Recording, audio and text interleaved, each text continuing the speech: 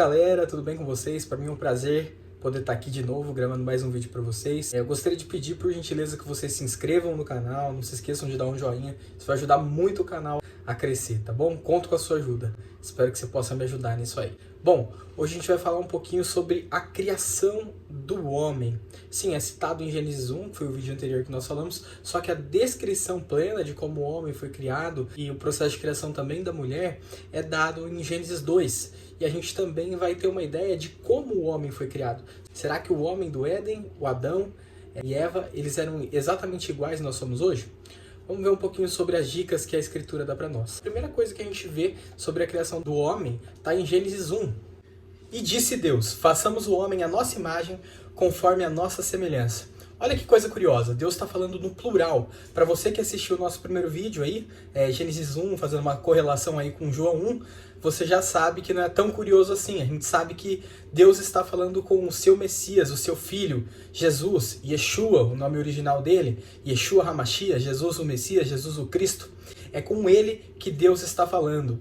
E uma coisa muito interessante é que as palavras utilizadas são imagem e semelhança. Veja você, a palavra imagem em hebraico é tselem, implica literalmente em cópia. Então, para que houvesse algo que fosse imagem de Deus, seria necessário que Deus tivesse uma forma. A palavra semelhança, por outro lado, demut, ela implica em características do que seria o caráter de Deus. Vê o que 1 Timóteo 1,17 fala pra gente, falando sobre Deus. Ora, ao Rei dos séculos, imortal, invisível, ao único Deus sábio, seja honra e glória para todos sempre. Amém.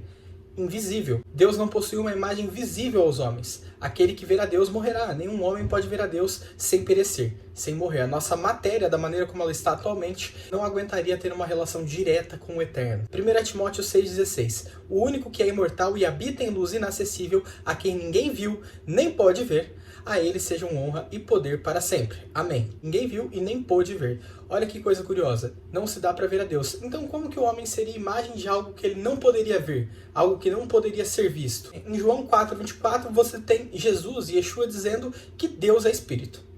Então a gente precisaria de uma base, uma forma para que você tivesse um xerox para que o homem surgisse. Literalmente, Selem é a palavra que deu origem a xerox em Israel. Então a gente consegue ver que precisaria de uma base, de algo para ser feito uma cópia. Olha que coisa bonita. Os Salmos 8, 4 e 5 diz isso. Que é o homem mortal para que te lembres dele? E o filho do homem para que o visites? Pois pouco menor o fizeste do que os anjos, e de glória e de honra o coroaste. Veja bem, o homem foi coroado de glória e de honra. Então aqui a gente tem uma dica bastante direta de como era o homem antes da queda. Ele representava o quê? A imagem do Messias. Mas o Messias não seria como nós somos hoje. Por mais que ele veio à Terra como filho de mulher e habitou entre nós, ele não estava com o seu corpo restaurado, ele não tinha o seu corpo glorificado na sua primeira vinda. Por mais que ele era um homem perfeito, um homem sem pecado, ele não apresentava o corpo dele glorificado como era o corpo de Adão, por mais que ele tenha sido o que Adão não conseguiu ser, um homem reto, um homem justo, integralmente perfeito. Se nós formos ver nos profetas, em Abacuque 3,4, Abacuque está falando sobre a glória de Deus, e ele fala isso sobre a glória. E o resplendor se fez como a luz, raios brilhantes saíam da sua mão, e ali estava o esconderijo da sua força. Veja bem que a palavra resplendor indica a necessidade de luz muito forte, luz muito grande, e ele ainda reforça essa ideia a seguir no versículo. Se você for analisar também o capítulo de Isaías 60, nos versículos 1 e 2, você vai ver: levante-se, refuja, porque chegou a sua luz, e a glória do Senhor raia sobre você. Olhe, a escuridão cobre a terra, densas trevas envolvem os povos, mas sobre você raia o Senhor, e sobre você se vê a sua glória. Bom, então dá pra gente ter uma ideia de que o homem, por ter sido coroado de glória, ele apresentaria um aspecto de luz. Mas será que a gente consegue falar como seria esse aspecto de luz mesmo? Será que há alguma passagem nas Escrituras que mostra como alguém ficaria se ficasse na presença de Deus e tivesse seu corpo restaurado? Como seria a natureza do homem restaurado? Vamos dar uma olhada no que fala o livro de Êxodo 34, 29, depois que Moisés passa 40 dias e 40 noites com Deus no Monte Sinai. Vamos ver como ele volta para o povo. Aconteceu o quê? Descendo Moisés do Monte Sinai, trazia as 2 tábuas do testemunho em suas mãos. Sim, quando desceu do monte, Moisés não sabia que a pele do seu rosto resplandecia depois que falara com Deus, falara com ele. Então você vê que coisa curiosa. Moisés desceu com a face brilhando. Ou seja, o homem, ao ficar na presença de Deus, tem a tendência de ter a sua natureza recuperada. Por isso ele passa a voltar ao estado original do Éden, que seria um estado de glória, brilho, luz intensa. Isso é um dos motivos pelos quais, após pecar, Adão olha para si e consegue se ver. Nós vamos falar sobre isso em Gênesis 3. Você vai conseguir entender porque o homem não se via antes do processo da queda. Em Mateus 17, 1, 2, Yeshua, Jesus, passa por um processo semelhante, conhecido como transfiguração de Jesus. 6 dias depois, Jesus tomou consigo Pedro, Tiago e João, irmão de Tiago, e os levou, em particular, a um alto monte. Ali ele foi transfigurado diante deles. Sua face brilhou como o sol, e suas roupas se tornaram brancas como a luz. Então a gente vê que o homem, ao ficar perto da Shekhinah, da presença de Deus, ele tende a se restaurar e ele tende a brilhar, ele tende a ter a sua coroação de glória devolvida ao aspecto original do Éden. Agora, se não dá para ver a Deus, se ninguém consegue ver a Deus, a gente precisaria que a imagem de Deus fosse revelada a nós de alguma maneira. Em João 1,18 nós vemos que Deus nunca foi visto por alguém, só que o Filho unigênito, que está no seio do Pai, o revelou.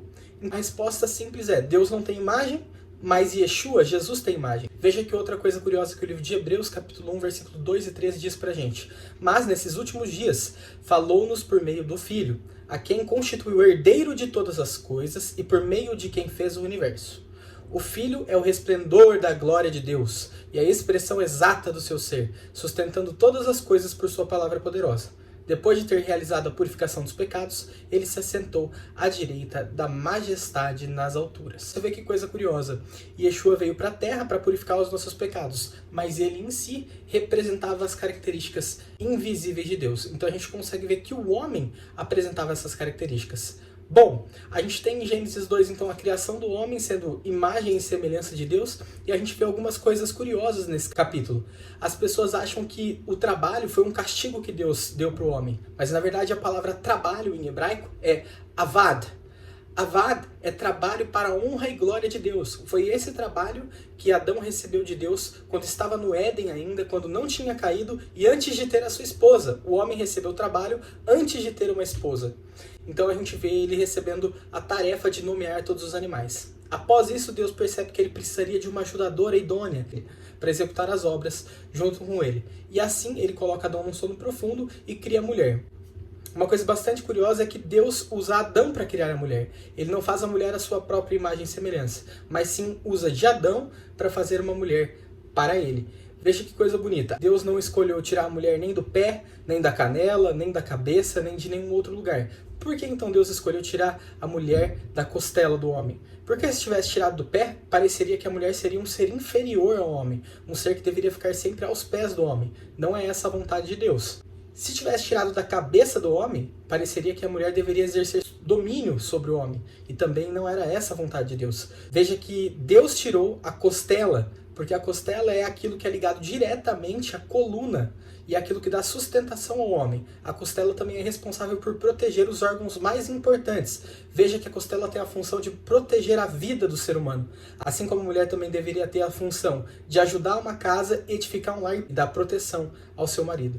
E não ser uma serva, não ser completamente subserviente ao homem. Deus não tem essa vontade. Ele quer que a mulher venha do lado do homem, para que os dois sejam postos não como iguais, porque cada um tem a sua própria identidade, cada um tem a sua própria missão, mas assim, um ser glorioso, assim como o homem na sua criação.